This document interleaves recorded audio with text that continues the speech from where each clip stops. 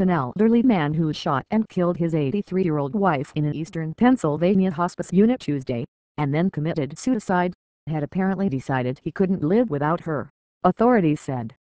Staff members heard gunshots on the fourth floor of Lehigh Valley Hospital in Allentown shortly after 1 p.m.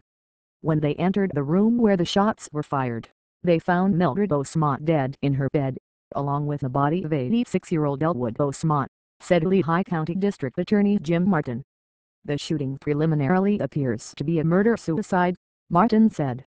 The Lehigh County Coroner's Office said autopsies on both are scheduled for Wednesday.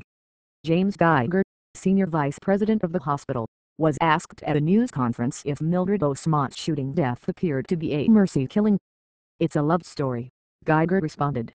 "The elderly gentleman could not bear to see his wife suffering, and the family, I believe, have observed that he just could not envision living without her."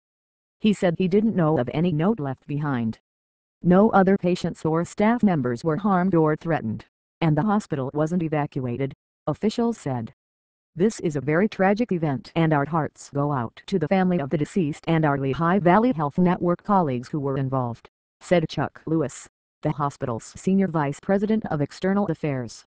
No one witnessed the shooting, and the man gave hospital staff no indication that he was about to harm his wife, who had entered the hospice more than a week ago, said police captain Glenn Dorney.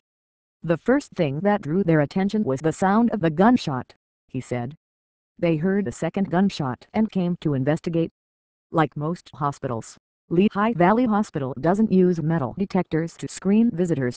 The ones are used when hospital security has reason to believe a patient has a weapon, Geiger said.